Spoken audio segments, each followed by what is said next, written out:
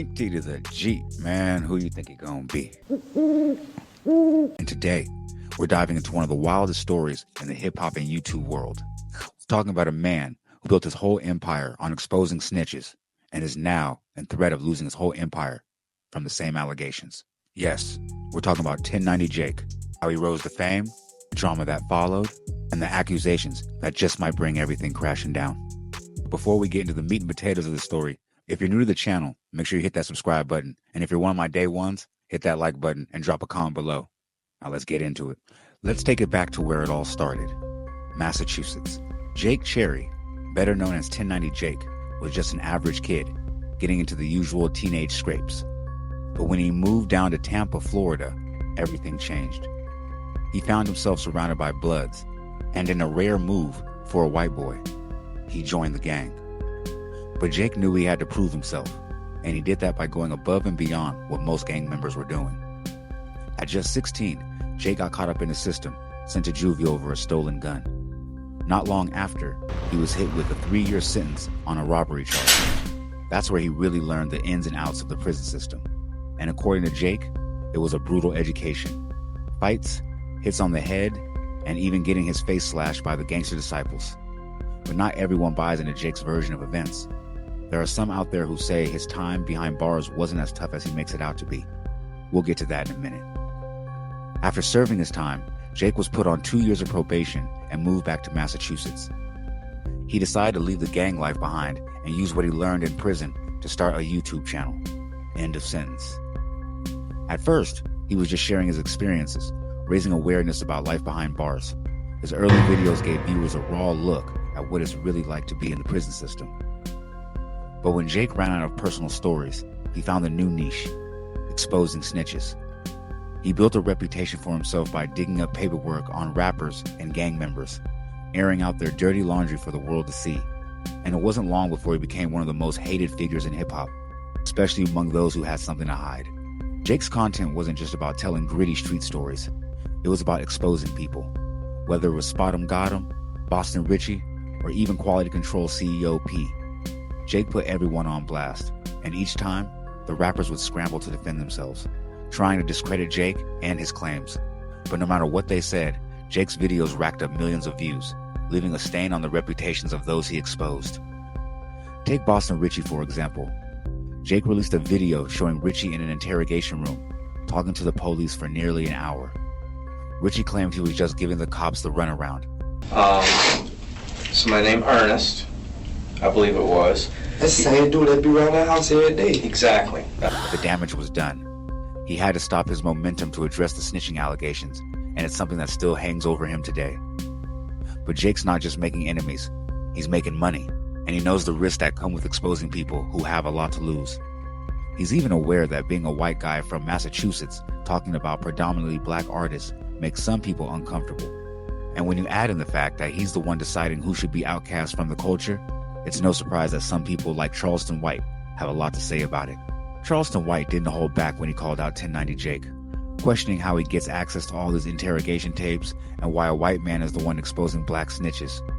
He accused Jake of using his platform to destroy black people, saying, "This white man got the power to destroy black people, and we eating out of the palm of his hands." How is he getting interrogation tape from the police department? How is he getting this?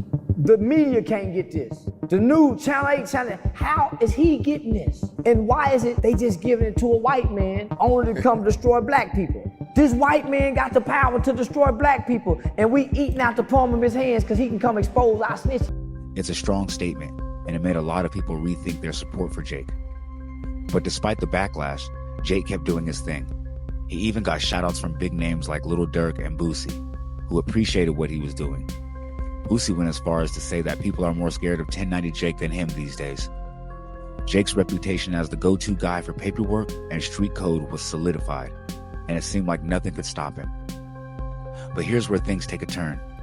In September 2023, reports started circulating that 1090 Jake might have crossed the line into snitching territory himself. Allegedly, while he was in prison, Jake wrote a handwritten statement about an altercation, which some are calling snitching. The paperwork surfaced and people were quick to jump on it, saying that the snitch buster might be a snitch himself. Drake tried to do damage control, hopping on Instagram Live to explain the situation. He claimed that he had already covered this in old videos, saying that the letter was a grievance, not a statement against another inmate. But the comments on the video showed that people weren't buying it. The same people who once supported him were now calling him out, saying a rat is a rat, white or black. And just like that, the tables were turned. The man who built his career on exposing snitches was now being called a snitch. And you can bet that everyone he ever exposed was loving it. Whack 100, who Jake had grilled in the past, was one of the first to pile on, bringing up Jake's own alleged snitching when he was put under the microscope. Suddenly, there were videos with titles like "The End of 1090 Jake's Career" popping up everywhere. The allegations put a question mark next to everything Jake had done, and he found himself having to defend his name in every interview. He even posted a 40-minute video trying to clear up allegations, but for many, the damage was already done. The snitch allegations weren't just a stain on Jake's reputation. They were a serious threat to his whole operation. People were now questioning his credibility, saying that his content could never hit the same way it did before. Even when he hit 1 million subscribers, the first thing people said was that he was a snitch. Now Jake's trying to pivot his content, moving away from exposing snitches and focusing on different stories. He's talked about doing interviews, bringing light to Florida culture, and prison stories that haven't been heard before. But the question remains, has he burned too many bridges? Can he rebuild his brand? Or is the snitching stain too deep to wash away? One thing's for sure, Jake's journey isn't over, but the path ahead is looking a lot more complicated. This story is a cautionary tale about what happens when you make a career out of tearing others down, only to find yourself facing the same accusations. Listen, I've seen it all. The highs, the lows, the rises, the falls, the streets, the clout, the fame. It all comes with a price. And for Jake, the price just might be his credibility. But this isn't just about him. It's about everyone who thinks they can ride the wave of exposing people without facing the same consequences. We all make choices, and those choices define who we are and what we stand for. But when you build your empire on other people's downfall, you have to be ready for the day the tables turn. When that day comes, it's about how you handle it. If you can own up to your past and keep it real with your fans and your audience. So if you're out there grinding, building something of your own, take a lesson from this. Be careful what you do, because in this game, nothing stays hidden forever. Stay true to yourself, stay true to the code, and always remember, what goes around comes around. If you made it this far, hit that like button, subscribe, and drop a comment below.